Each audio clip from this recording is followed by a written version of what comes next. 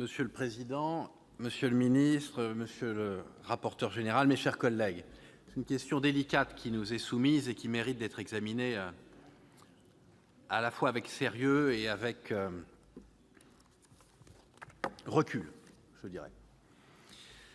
Cette proposition de loi, vous l'avez compris, elle propose de supprimer purement et simplement le dispositif qu'on appelle le verrou de Bercy.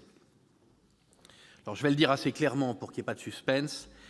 Je pense qu'une suppression sèche de ce dispositif, c'est-à-dire sans réfléchir à un dispositif de substitution ou à d'éventuelles améliorations, me semble à la fois précipitée et contre-productive pour plusieurs raisons. La première raison, c'est que je pense qu'on ne légifère pas. D'abord pour répondre à un cas particulier. J'ai beaucoup entendu parler du cas de M. Cahuzac. On ne légifère pas pour répondre à des cas particuliers. On ne légifère pas non plus sous la pression médiatique ou sous la pression des effets de mode. Encore moins au Sénat.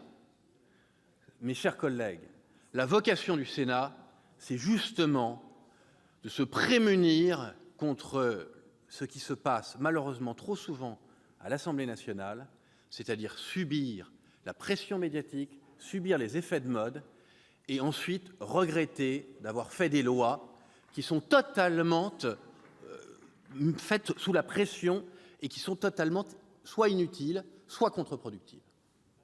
Ça, c'est une première raison qui me paraît primordiale. Ensuite, sur le dispositif du verrou, pour rentrer sur le fond, je vous dis très sincèrement que ce dispositif, on a beau le critiquer, il permet un tri efficace des affaires. Avec, je crois qu'il ne faut pas l'oublier, un objectif prioritaire, le souci de recouvrer les sommes dues. J'entends que certains ont exprimé un souhait de sanction morale, ça n'est pas l'objectif du législateur. Ça n'est pas notre lieu, d'ailleurs ça n'est pas le lieu non plus du tribunal judiciaire, du tribunal correctionnel. Les sanctions morales, elles sont ailleurs. Et certains orateurs ont parlé de sanctions morales. Ça n'est pas le sujet. Le sujet qui nous occupe, c'est lutter contre la fraude et obtenir une restitution la plus rapide possible des sommes non recouvrées. L'administration fiscale me semble être dans son rôle lorsqu'elle recourt à la transaction pour récupérer efficacement les sommes soustraites à la collectivité. C'est l'intérêt général. J'ajoute que ceux qui dénoncent l'engorgement des tribunaux sont ceux-mêmes qui poussent à une surpénalisation. Et mes chers collègues, je parle principalement à ceux qui veulent vraiment lutter contre la fraude fiscale. Si vous voulez enterrer un dossier fiscal, envoyez-le au tribunal correctionnel. Les dossiers vont traîner une dizaine d'années, des années et des années. Je suis avocat, je peux vous dire que j'ai des cas d'accidents mortels de 2010 qui ne sont pas encore jugés. Donc si vous voulez enterrer un dossier fiscal, envoyez-le directement au tribunal correctionnel, ça sera la meilleure façon de le laisser pourrir.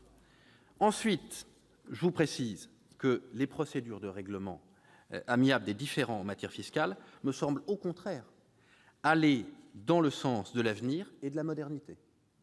C'est d'ailleurs la voie qui est choisie par toutes les juridictions judiciaires. Si vous allez devant une juridiction, la première chose qu'on vous propose aujourd'hui, c'est la médiation, y compris en matière de transactions pénales.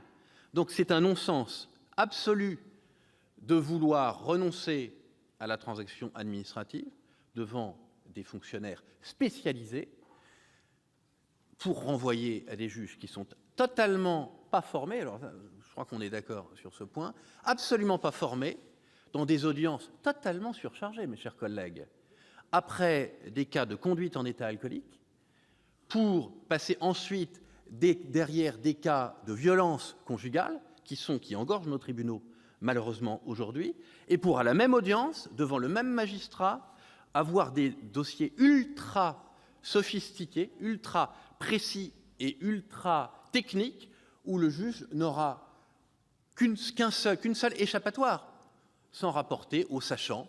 Qui c'est, le sachant? C'est le fonctionnaire de l'administration fiscale.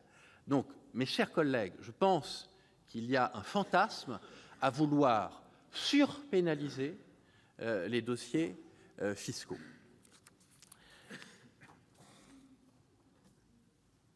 Il y a une autre raison. Ce dispositif s'appuie sur la compétence et le jugement de l'acteur le mieux à même de sélectionner les affaires. Je veux bien entendu parler, vous l'avez compris, de l'administration fiscale. Et le juge judiciaire aurait de toute façon besoin de cette expertise pour sélectionner les dossiers. Dernière raison, il me semble que le verrou de Bercy s'est amélioré depuis 1977. Il y a eu de nombreuses améliorations. Et il me semble que les travaux qui sont à l'heure actuelle, à la fois à l'Assemblée nationale et les réflexions qu'a évoquées M. le ministre, permettront d'améliorer ce dispositif sans le supprimer. Vous l'avez compris, pour l'ensemble de ces raisons, il me semble